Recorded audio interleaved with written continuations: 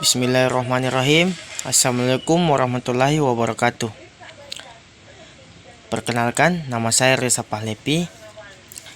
NIM saya 210209503007. Kelas PTKB.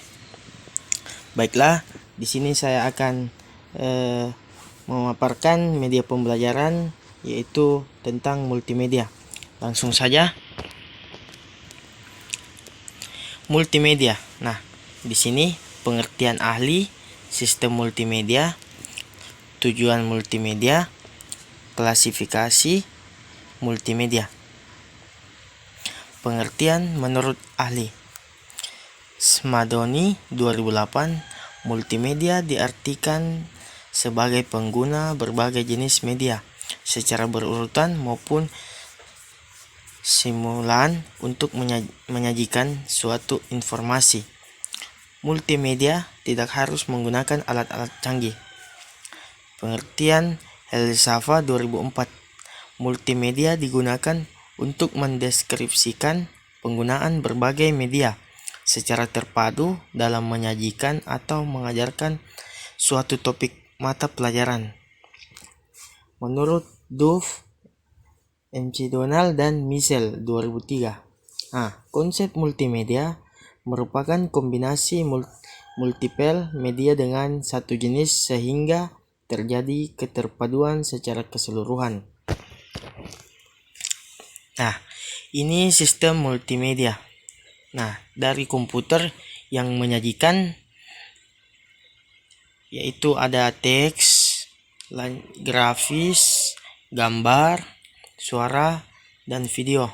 Ini semua ada di dalam komputer, baik itu komputer maupun HP. Jadi multimedia merupakan media yang melibatkan jenis media untuk merangsang semua indera dalam satu kegiatan pembelajaran. Adapun tujuan multimedia. Tujuan penggunaan multimedia dalam pendidikan dan pelatihan adalah melibatkan pembelajar dalam pengalaman multisensori untuk meningkatkan kegiatan belajar. Dimanfaatkannya multimedia dalam berbagai sumber informasi serta metode pembelajaran, pencapaian hasil pembelajaran diharapkan meningkat. Klasifikasi multimedia. Multimedia KISS, multimedia interaktif, hipermedia, virtual reality, dan eksperimen sistem. Multimedia KISS yaitu yang pertama, kumpulan bahan-bahan yang berisi lebih dari satu jenis media yang diorganisasikan untuk satu topik. Yang kedua, jenis ini termasuk CD, ROM, slide, audio tape, video tape, gambar diam, model, media cetak, UHT, lembar kerja, gambar, grafis, dan objek.